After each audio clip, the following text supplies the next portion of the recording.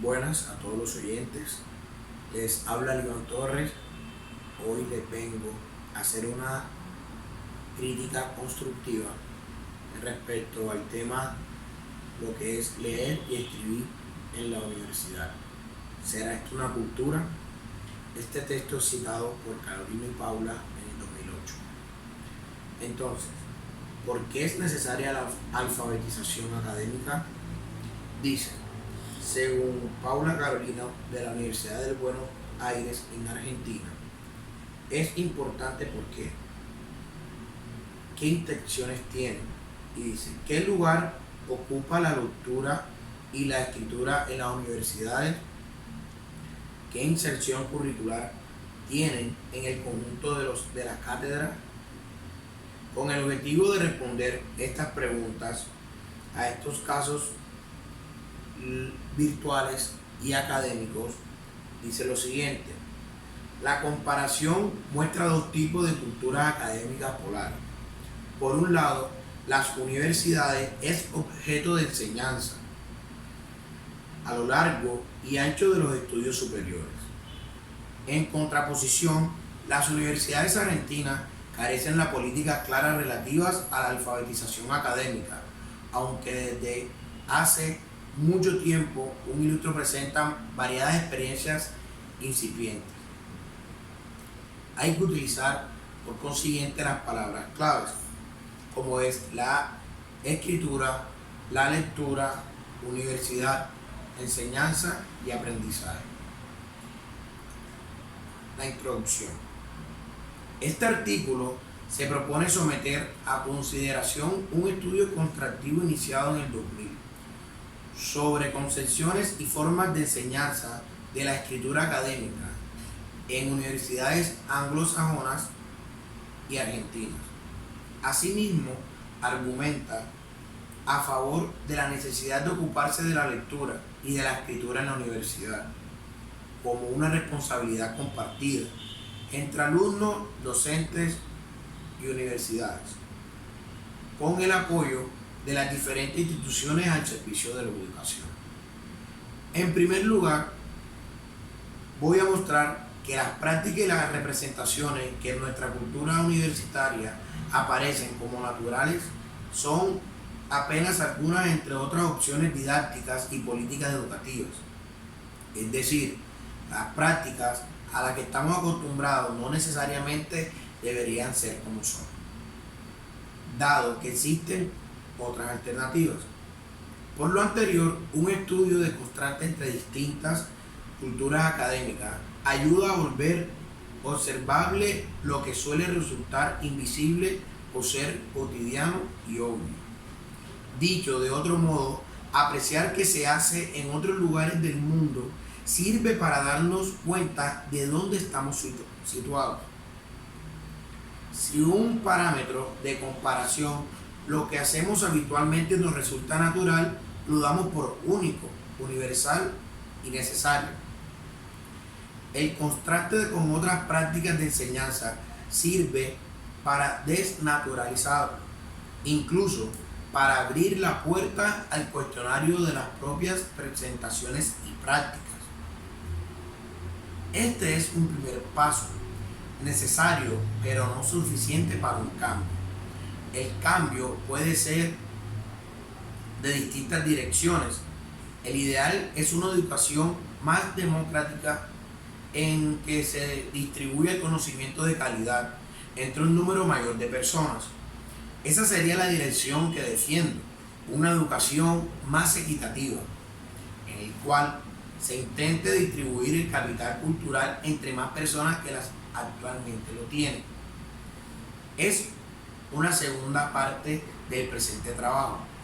Expondré las razones por las cuales es necesario ocuparse de la lectura y de la escritura en la educación superior y examinaré los principales obstáculos para hacerlo y llevarlo a cabo. El segundo paso para llevar a cabo esta crítica constructiva es estudios sobre representaciones y forma de enseñanza de la escritura, la lectura, académicas en universidades anglosajonas y argentinas. Este estudio surgió en el año 2000, en el contexto de la enseñanza universitaria en Argentina. Los docentes de tiempo parcial o profesores de cátedra mayoritariamente se despreocupaban de la lectura y la escritura de sus alumnos. Enseñaban solo contenidos conceptuales. En varios casos, en algunas pocas carreras y universidades, se enseñaban la lectura y la escritura, pero restringida a talleres y por lo menos en el comienzo de la educación superior. Nadie se ocupaba, pero todos se quejaban de lo poco y mal que leían los alumnos. Es decir, las dificultades de los alumnos sí eran algo visible. Para ubicar a la audiencia, preciso explicar el contexto de la investigación.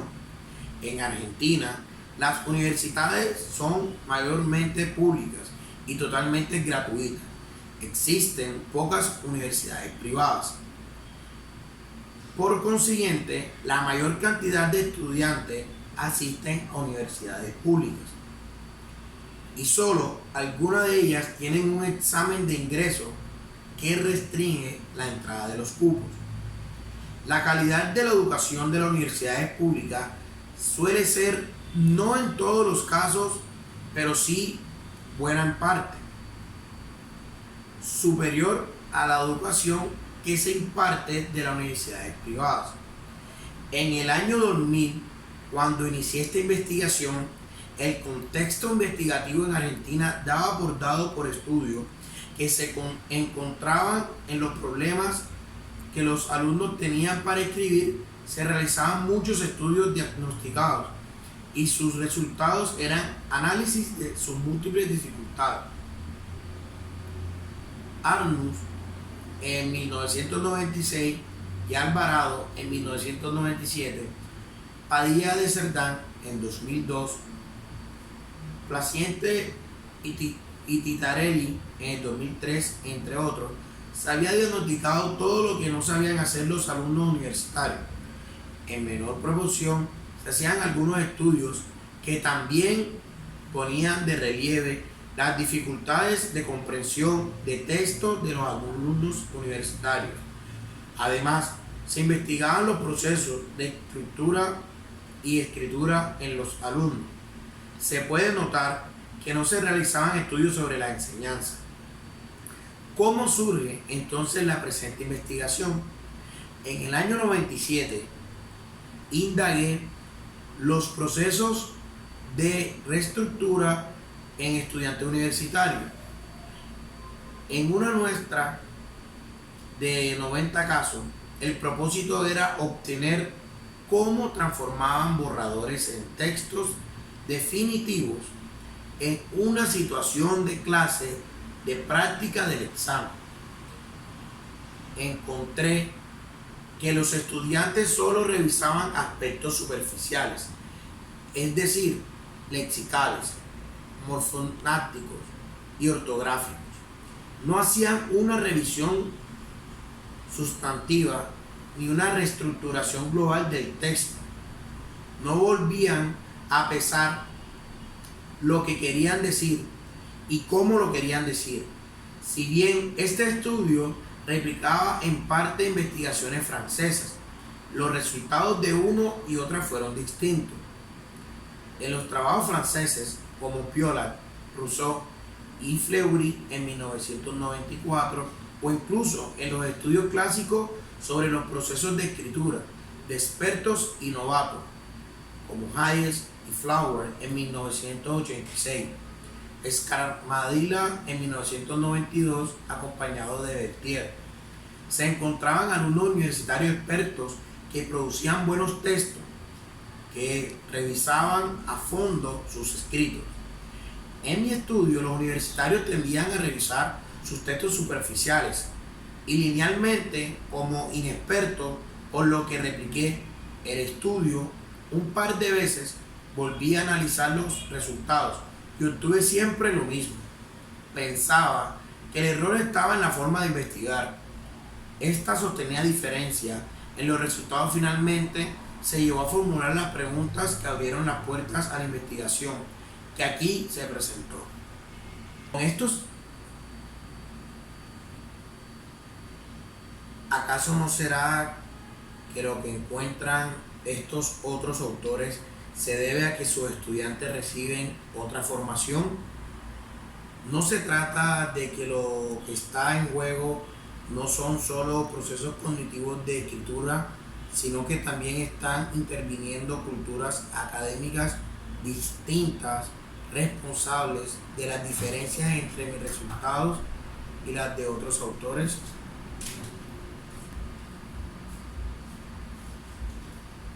Con estos interrogantes, planteé la siguiente hipótesis. Escribí. Hola. ¿Acaso no será que lo que encuentren estos otros autores se debe a lo que sus estudiantes deben recibir en otra formación? No se tratará de lo que están en juego, no son solo procesos cognitivos de estructura, sino que también están interviniendo culturas académicas distintas, responsables de las diferencias entre mis resultados y las de otros autores. Con estos interrogantes planteé la siguiente hipótesis.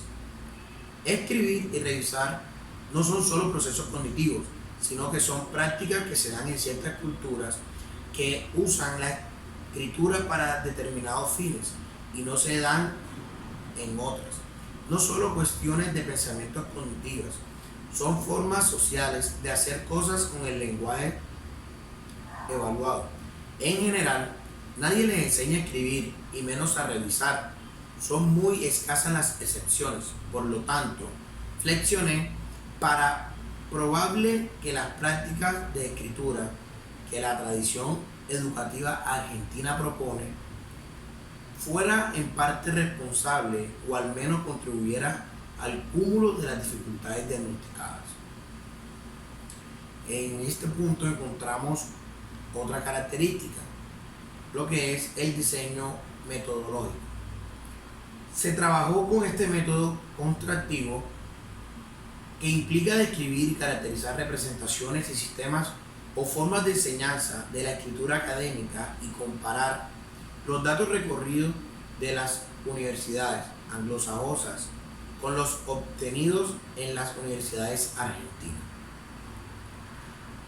Se seleccionaron 10 universidades argentinas, 12 australianas, 79 estadounidenses y 24 canadienses. La muestra incluyó distintas clases de universidades dependiendo de si se dedicaban o no a la investigación. Se recogieron dos clases de datos, documentales y entrevistas. Los primeros fueron documentos impresos y mayormente virtuales, obtenidos a través de una extensa búsqueda de internet.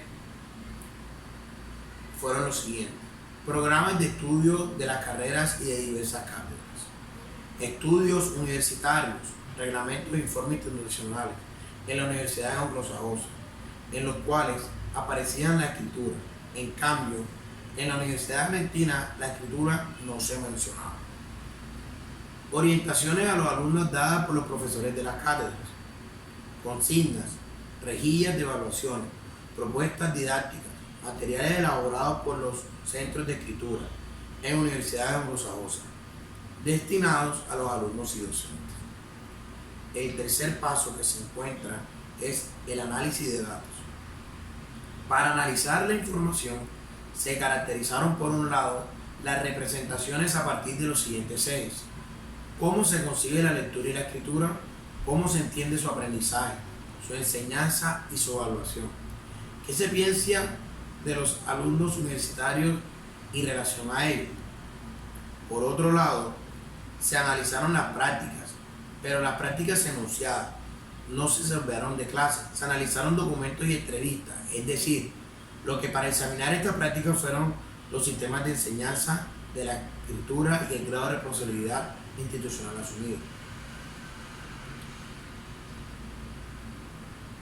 Por lo consiguiente, ahora escucharemos algunos comentarios de estudiantes. Estudiantes de primer año en letras. No me parece que enseñarnos a escribir no es una tarea que tiene la universidad. Otro estudiante afirma, en las materias sí te piden que el texto esté bien organizado, que se entienda, pero eso es lo que te piden, pero no te explican nada sobre cómo lograrlo. Los profesores no te dicen cómo incluir citas textuales ni referencias bibliográficas.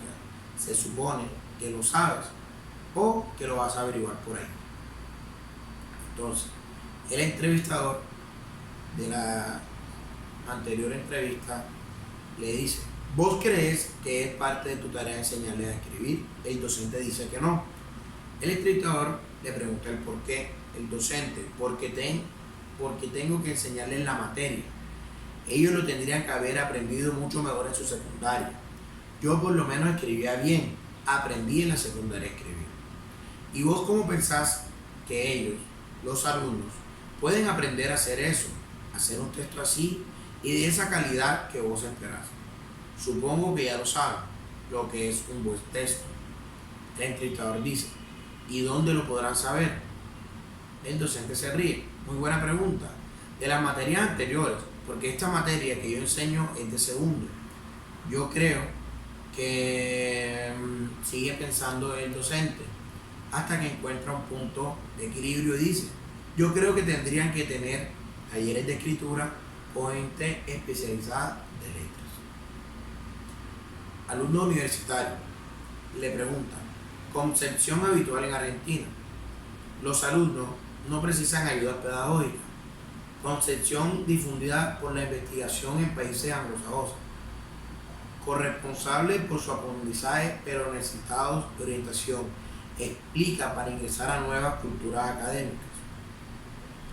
Por consiguiente, se hace otra entrevista a un auxiliar docente de primer año. El comentario fue,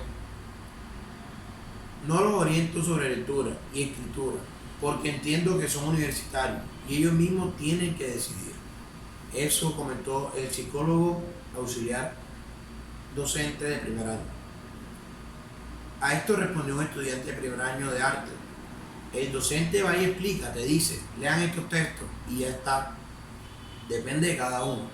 Los alumnos universitarios como que ya son grandes y es algo que depende de ellos.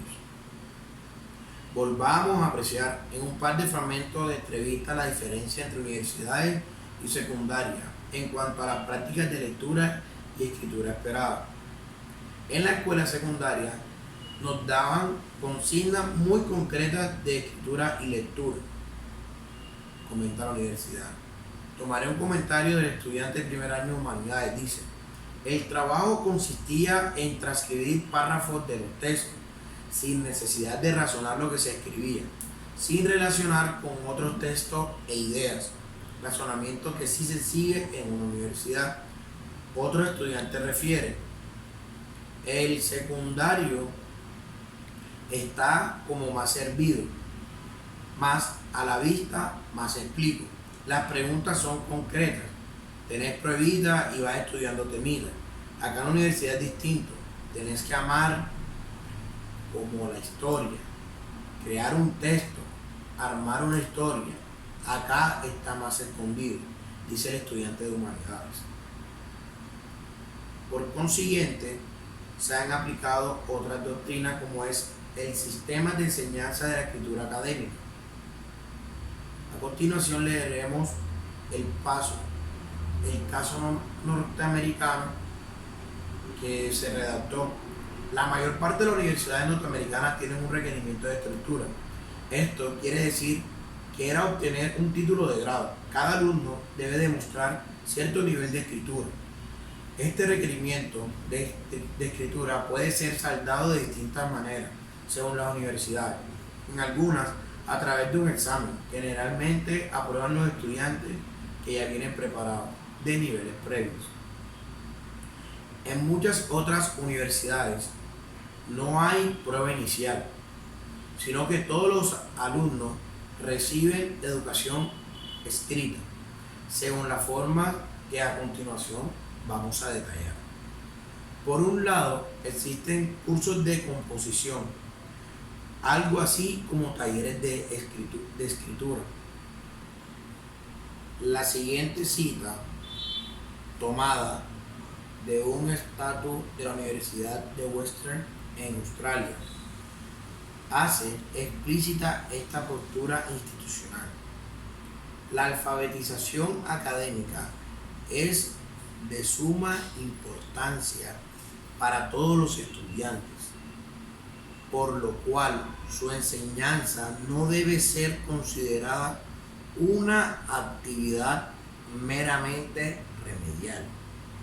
Definiciones más precisas de alfabetización académica se harán por quienes practican cada disciplina, teniendo en cuenta las mejores prácticas y las investigaciones sobre alfabetización en esa disciplina. Las concepciones sobre alfabetización académica varían entre disciplinas, por lo tanto, las mejores prácticas para promoverlas son concomitantemente distintas. Es la resolución 236 del 97 del Consejo Académico de la Universidad of Western Australia.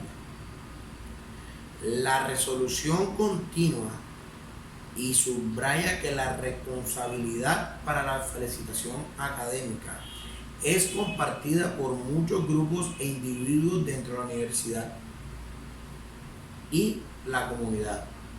Los comités de enseñanza y aprendizaje, las facultades, los departamentos, los coordinadores de curso, los profesores, los servicios de apoyo, la unidad de investigación institucional, los estudiantes.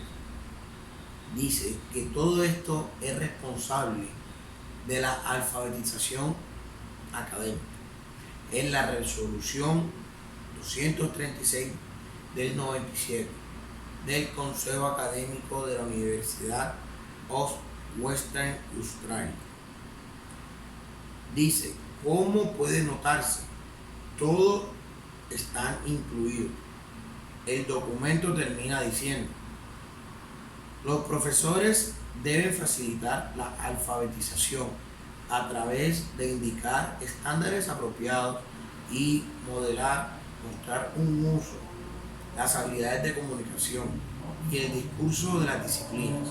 Asimismo, tendrán que proveer retroalimentación a las producciones de los estudiantes para ayudar y mejorar sus habilidades de lectura, además de estructura y superar sus carencias. Esa es la resolución de 236 del 97 del Consejo Académico de la Universidad of Western Australia.